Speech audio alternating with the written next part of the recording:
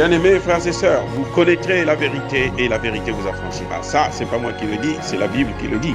Mais moi, je vous dis mieux. Vous connaîtrez la vérité historique, notamment celle de vos ancêtres kémites, et vous aurez une vision globale de ce que c'est que la vraie souveraineté politique. J'ajoute, vous reviendrez à la spiritualité africaine ancestrale et vous comprendrez les enjeux de l'indépendance économique. Et pour terminer, vous accepterez votre identité culturelle kémite et vous obtiendrez deux choses. La première, c'est la paix. La seconde, c'est le développement, à une condition. L'unité de toute l'Afrique noire, l'unité de tous les Noirs du monde entier. Otep à tous, bienvenue sur la chaîne des panafricanistes par essence, par conviction et par excellence. Celle des citoyens kémites par nécessité et obligation de combat. Nous sommes une chaîne qui n'est guidée que par nos ancêtres et rien que par les ancêtres qui appartiennent à l'égrégore du monde noir. Par conséquent, nous ne croyons en aucun Dieu venu de l'étranger. Toutefois, cette vidéo n'est aucunement destinée à inciter à la haine ou à la violence, car nous menons un combat qui est d'abord et avant tout spirituel, intellectuel et démocratique.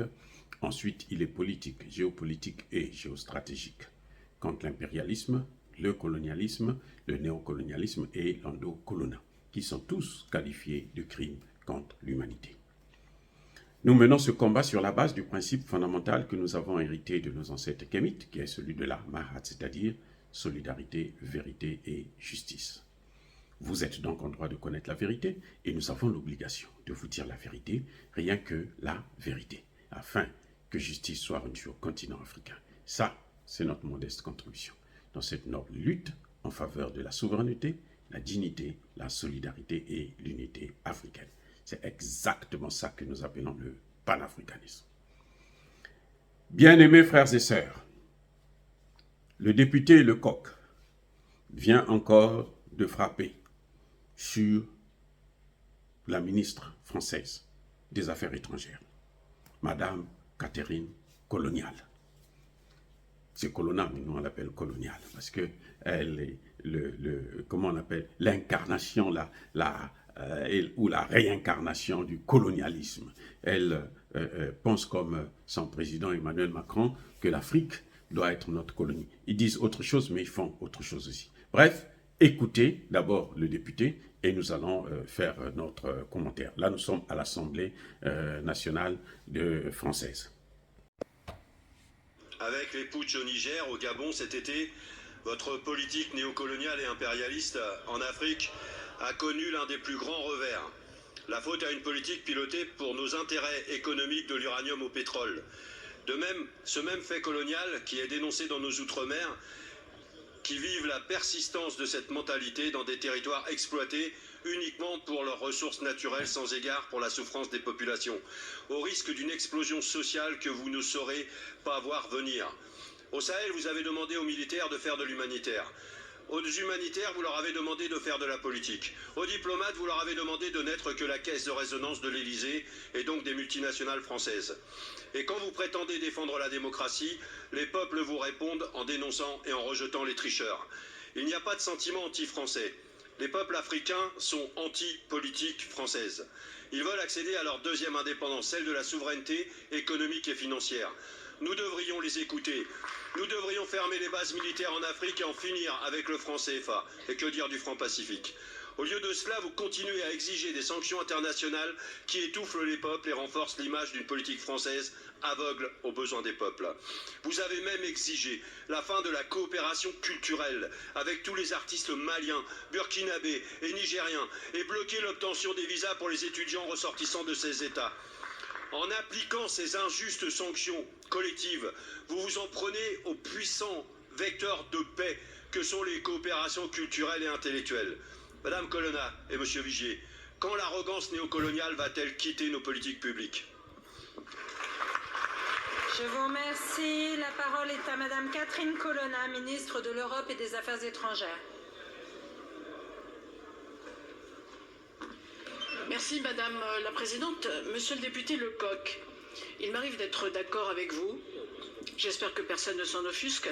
Mais là, je ne saurais l'être tant vos propos dépassent la réalité. Au Gabon comme au Niger, notre politique est guidée par les deux principes qui nous gouverne toujours. 1. Nous condamnons tous les coups d'État. 2. Nous soutenons les organisations régionales, au Niger, la CEDEAO, au Gabon, les pays d'Afrique centrale. Voilà la réalité. Et je voudrais aussi vous rappeler que l'Afrique ne se réduit pas au Sahel. Il y a quelques juntes qui remettent en cause la France pour masquer leurs propres échecs. Ne faites pas comme eux, monsieur le député, je vous en prie. Bien au contraire, les relations entre la France et la plupart des 54 pays africains se portent bien, se portent même très bien. En 15 ans, le volume de nos investissements a doublé, c'est un fait. Nos universités sont attractives, elles accueillent aujourd'hui 92 000 étudiants africains, soit 40% de plus qu'en 2017, c'est un fait. Nous avons augmenté notre aide au développement de 50% en 6 ans, c'est un fait. Partout sur le continent, nous menons des coopérations avec les scientifiques, les jeunesses, les sportifs, les artistes, monsieur le député. Et à propos des artistes, permettez-moi de dire que les mesures que vous évoquez n'ont jamais ni été prises, ni même n'ont été demandées. Et surtout, nous traitons l'Afrique sur un pied d'égalité, pour traiter avec elle les grands défis de demain, les grands enjeux que sont la faim, le développement, le climat, la santé mondiale. Nous soutenons dans la gouvernance mondiale le poids de l'Afrique et des pays africains. Nous le faisons au G20, nous le faisons au Conseil de sécurité. L'Union africaine vient d'entrer au G20 avec notre soutien. Voilà la réalité, monsieur le député. C'est pas important, ce que nous faisons avec G20. nos partenaires africains. Je vous remercie. Je vous remercie, Madame la Ministre. Monsieur Lecoq. Merci Madame la Présidente, Madame la Ministre. Entendez ce que disent les peuples africains. Entendez-les. Évidemment, c'est pas toute l'Afrique. Les 2 minutes qui me sont accordées ne me permettent pas de vous faire la liste. Mais vous savez très bien que la partie CEDEAO, par exemple, eh bien, les anciennes colonies françaises ont un message à donner à la France. Et ce message, vous avez du mal à l'entendre. Et c'était le sens de cette question. Je vous remercie, monsieur. Bien-aimés frères et sœurs, nous avons tous entendu, écouté et vu l'intervention du député Lecoq et la réponse du ministre des Affaires étrangères. Comme toujours, je ne sais pas si, quand cette ministre des Affaires étrangères était à l'école, elle savait faire une dissertation. Eh oui, parce qu'on pose une question, comme son président, hors sujet. Si nous pouvons résumer l'intervention du député Lecoq, nous allons trouver un élément clé. La fin du franc CFA, le retrait des bases militaires. On a écouté un mot clé, la souveraineté. La souveraineté économique, la souveraineté sécuritaire. Et même politique. Et la souveraineté économique, c'est quoi? C'est le CFA. C'est la fin du CFA. La souveraineté militaire, c'est les bases militaires. Et la souveraineté politique, c'est l'ingérence en matière des élections, de la démocratie. La démocratie est devenue une arme, un cheval de Troie pour l'ingérence occidentale dans les affaires intérieures des pays africains. La démocratie. Tout le temps. Non, ce n'est pas un gouvernement élu démocratiquement. C'est une junte. Ils ont oublié que le général de Gaulle, c'était le premier dictateur. C'est lui qui nous a appris à faire les coups d'État. Le général de Gaulle. François Mitterrand avait même écrit un livre pour accuser le général de Gaulle de faire des coups d'État en permanence. Le livre a été intitulé « Le coup d'État permanent ». De qui? Du général de Gaulle. Donc, il ne peut pas venir nous apprendre ce que c'est que le coup d'État. Et nous n'avons pas des coups d'État comme le général de Gaulle. Non, nous avons des coups d'État révolutionnaires que la population soutient parce que les dirigeants sont soumis à la politique française. Les dirigeants ne sont pas souverains, les dirigeants ne sont pas souverainistes. Il y a une différence. Être souverain et souverainiste. Nos dirigeants sont des larbins de la France. Donc, Madame Catherine Colonna, elle va se perdre. Carrément, elle s'est perdue. Nous avons tant d'étudiants, ce qui est faux. Parce que quand la Russie dit « je forme 60 étudiants », écoutez bien, je forme 60 000 étudiants éthiopiens, c'est la Russie qui donne la bourse. Même si vous avez la bourse de votre pays, mais vous avez la bourse aussi russe. En France, quel est l'étudiant africain qui a une bourse. 90 000 étudiants africains, et la France donne des bourses à 90 000 étudiants.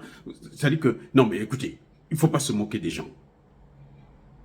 J'ai étudié en France, j'ai eu mon doctorat en France. Je ne connais pas ce que c'est que être boursier en France. Si vous n'avez pas la bourse de votre pays là, et comme c'est des bourses aussi qui viennent à contre-gouttes, mais alors c'est toujours difficile les études en France. Non.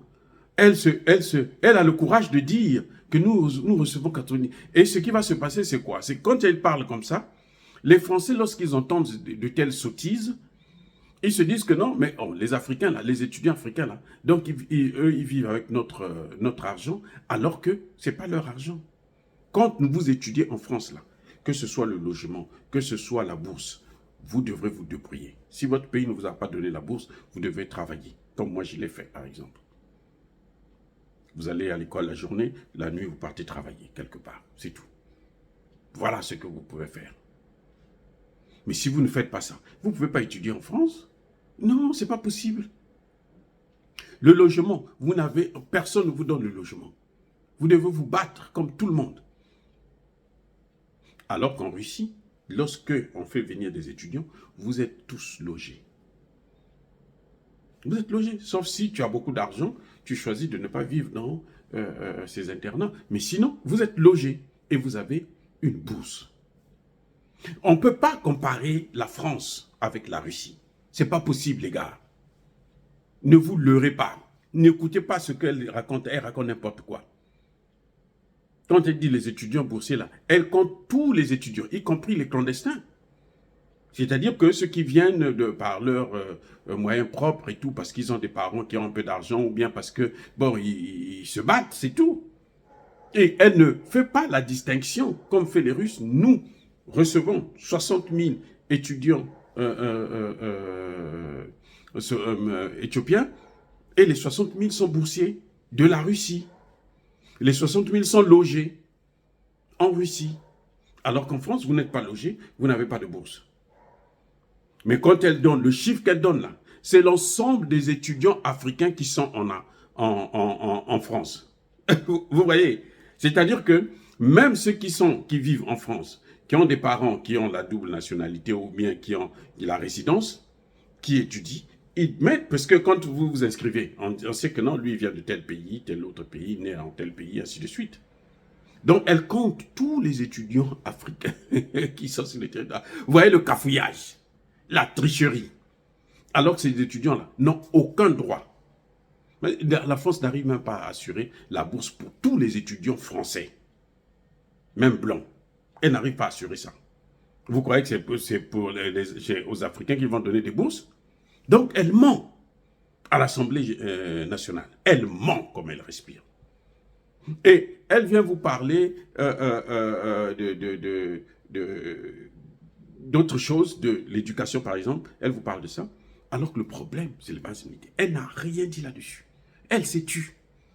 Elle n'a rien dit sur la souveraineté, que nous respectons la souveraineté des États.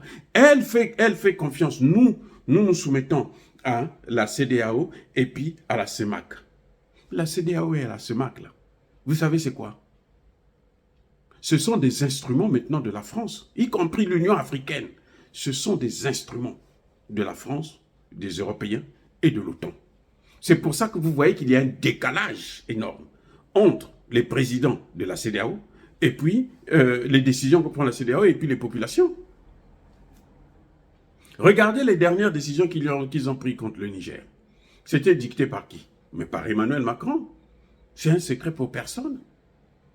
C'est Emmanuel Macron qui a décidé qu'il faut prendre des sanctions contre le Niger, avant même d'avoir écouté. Parce que ce n'est pas la procédure africaine. Tinubu, c'est un vieux, il est âgé par rapport à Tchani. Si Tinubu, quand ça s'est passé, il y a eu le coup d'État, était venu lui-même au Niger, rencontrer Tchani, Tchani allait le recevoir. J'en suis sûr et certain. 2, Tchani allait respecter son âge. J'en suis sûr et certain. 3, Tchani allait respecter sa fonction. J'en suis sûr et certain. Et 4, il aurait pu avoir une vraie vision de la situation. Et quand il allait venir, il allait prendre une décision qui ne serait pas celle de faire donner un ultimatum pour une intervention militaire. Ce ne serait pas possible. Ce n'est pas possible.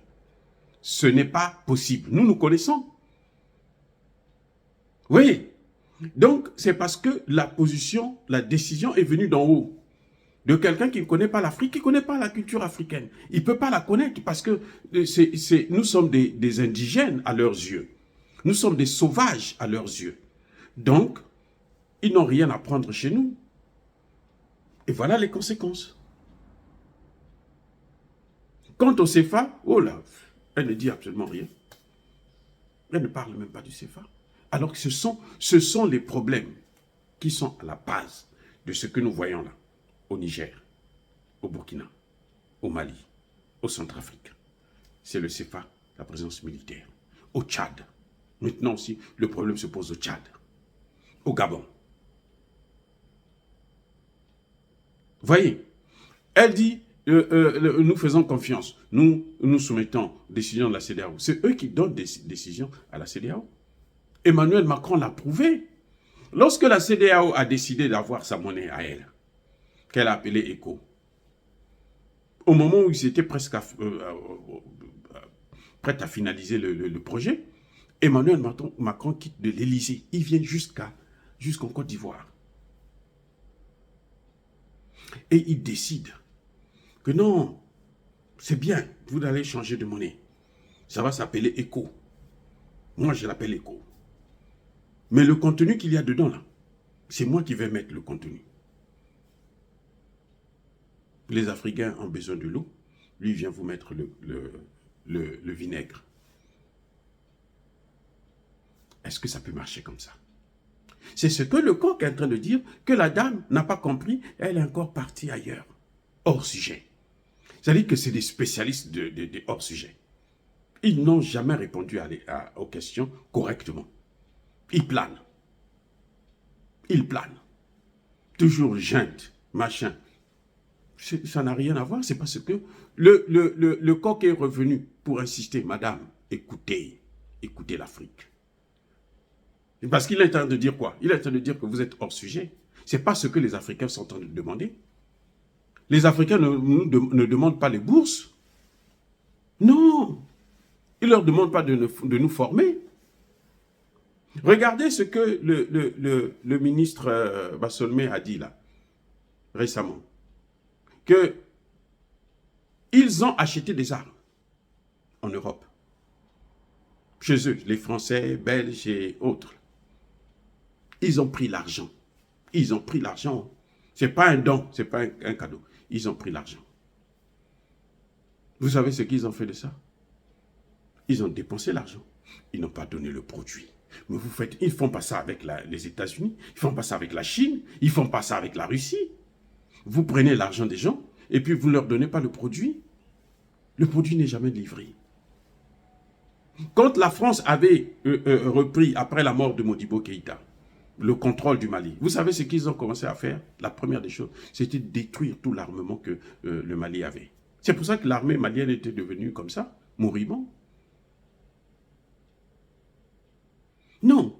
Quand Alassane Ouattara vient à Mando Vision, mes excuses, pour nous dire que le franc CFA, ça nous appartient, c'est pour nous, c'est notre monnaie.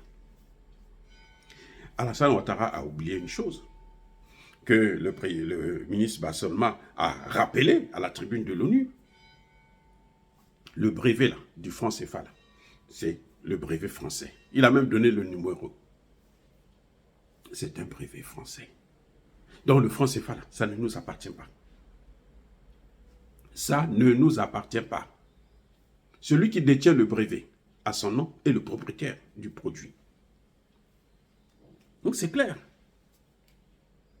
Maintenant, la ministre vient nous parler de l'aide au développement, multipliée par 2.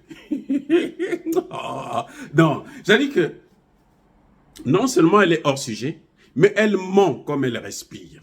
Elle ment comme elle respire. Je vous ai déjà dit, et je le répète encore, l'aide au développement, c'est une dette à taux réduit de 5%. Au lieu que ce soit 24, 30, 50, non. On réduit ça à 5%. Et il y a un maximum. On ne peut pas aller au-delà, je pense, de 50 millions ou milliards de francs CFA. Par an. C'est ce qu'ils appellent l'aide au développement. Ce n'est pas une aide. C'est une dette au développement. Mais même pas au développement, au sous-développement, puisque eux, ils reviennent reprendre cet argent. Donc, quand elle dit l'aide au développement a augmenté de 50%, mais attendez, écoutez, réfléchissons un peu. La France est l'un des pays les plus endettés d'Europe, avec plus de 3 000 milliards d'euros. La dette française est de 111% de son PIB. Elle est supérieure à la dette de l'ensemble de tous les pays africains, de 54 États. C'est-à-dire qui s'élève à 800 millions d'euros, de dollars. Donc, comment un pays qui est super endetté peut aider d'autres gens à se développer? C'est-à-dire que c'est vraiment se moquer des gens. Ces gens-là, ce sont des fous. Ils se moquent de nous. Oui. Elle vient vous parler de l'aide au développement. Très bien. Mais quelle aide au développement? C'est quoi l'aide au développement? Ils apportent quoi? Qu'est-ce qu'ils nous apportent? Ils nous endettent encore plus. Et quand je vous ai déjà expliqué ça à plusieurs reprises, quand ils vous donnent de l'argent en question sous le statut de l'aide au développement, qui est une dette en réalité, lorsque vous venez chez vous avec cet argent, les Français viennent prendre ça dans des valises pour repartir avec. Le reste, là, eux, ils envoient des entreprises françaises pour venir réaliser des projets bidons qui ne vont jamais vous développer. C'est pour ça que vous avez vu qu'on n'a jamais créé des emplois. 60 ans après, nos États ne sont pas capables de générer des emplois. Parce que il n'y a pas d'aide au développement. Il n'y a pas de développement. 60 ans après, vous n'êtes pas développé.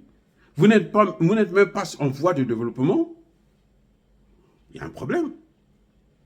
Donc, le vrai problème, c'est celui que le coq a posé. Parce que le coq a compris le message des Africains. Oui, il n'invente rien. Il a seulement compris notre message. Nous, ce que nous demandons aujourd'hui, c'est le départ des bases militaires françaises et puis la fin du franc CFA. Regardez les pays de l'Afrique centrale, la CEMAC. Ça fait 10 ans qu'ils sont en train de réfléchir sur une monnaie. 10 ans. 10 ans. 10. 1, 2, 3, 4, 5, 6, 7, 8, 9, 10. 6 ou 7 chefs d'État, 10 ans, ils réfléchissent pour savoir comment on peut faire pour avoir une monnaie, quelle est cette monnaie-là, comment on va l'appeler. Ils ne sont même pas, pour savoir s'il faut sortir du CFA ou pas. Ils ne sont pas encore arrivés à l'étape de, bon, quel type de monnaie, quel sera le contenu de cette monnaie. Non, ils sont encore à l'étape de, pour répondre à la question, est-ce que nous devons continuer avec le CFA ou non? Ils sont là en train de réfléchir pendant 10 ans. Alors que les populations ont déjà dit non, on ne veut pas de ça. Vous allez dans toute l'Afrique francophone. Personne ne soutiendra encore le CFA. Tous ceux qui essayent d'en parler, on les intimide. Mais oui, on les intimide. Les plus faibles, ils tombent, comme Kako Nobutko. Il a pris servitude volontaire, il critiquait le CFA, et puis, ah bon, toi, allez, on a comme ça tapé dessus, il s'est rétracté, et puis depuis, il est devenu un homme des Français. Parce qu'il est faible. Parce que ce sont des intellectuels bidons, les répétiteurs. Et oui, puisque Monnaie et servitude, là, c'est un livre camerounais, c'est un Camerounais qui avait écrit sur ça. Il a seulement essayé de cafouiller un peu servitude volontaire, mais c'est la même chose. C'est la même théorie de notre père camerounais que les Français avaient tué, assassiné. À cause de ça, justement. Donc voilà, le sujet qu'on lui pose, c'est les bases militaires, le CFA. prioritairement. En gros, c'est d'abord ça. Le reste, on verra les entreprises françaises et tout. Mais elle sort, elle va vous parler de l'éducation, aide au développement, aide à ceci. Paul Biya est venu à Washington dire à Joe Biden que arrêtez avec cette histoire-là, ça ne nous sert à rien, on n'en veut plus. Et lui, eux, ils pensent que nous, c'est eux qui doivent penser à notre place. Ils disent non, eux, ils aiment l'aide au développement, on doit les développer. Eux-mêmes, ils ne sont pas en train de se développer là. La France maintenant est bloquée avec la perte du Sahel et du continent africain. Vous allez voir comment ça va chauffer là-bas. Pour l'instant, ils sont celui qui n'avance pas. Il n'y a plus d'industrie française. D'ailleurs, ils n'en ont jamais eu. Il n'y a jamais eu de révolution industrielle en France. La révolution industrielle, c'était en Angleterre, ce n'est pas en France. Il n'y en a jamais eu. Oh, bien-aimés frères et sœurs, dire cela, c'est inciter à la haine ou à la violence. Non, je voudrais seulement vous montrer à quel point l'équipe de Macron, ce qu'on appelle la Macronie, ce sont des gens qui sont toujours hors sujet. Ce sont des gens qui n'ont jamais compris ce qu'on dit, ce que l'Afrique est en train de revendiquer. Le message africain, pour eux, ça leur passe au-dessus tête cul. Et ça, c'est grave pour un gouvernement au savoir. Dire, bien-aimés frères et sœurs, encore une fois, soyez bénis. Je persiste et je signe. Soyez abondamment bénis par le Dieu des Kémites et par nos ancêtres angélisés. Mais que tous ceux qui persécutent le continent africain le pillent et le déstabilisent.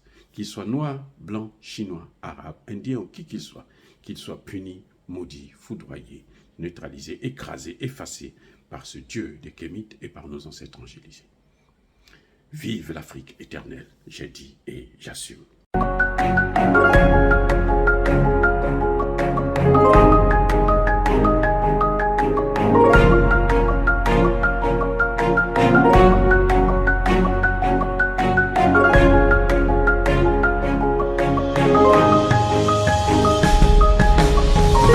Eux, ils marchent par la foi et non par la vue. Mais moi, je vous conseille vivement de marcher par la connaissance scientifique et historique, notamment celle de nos ancêtres kémites, par les 5 sens et par l'intelligence. Abou Abia.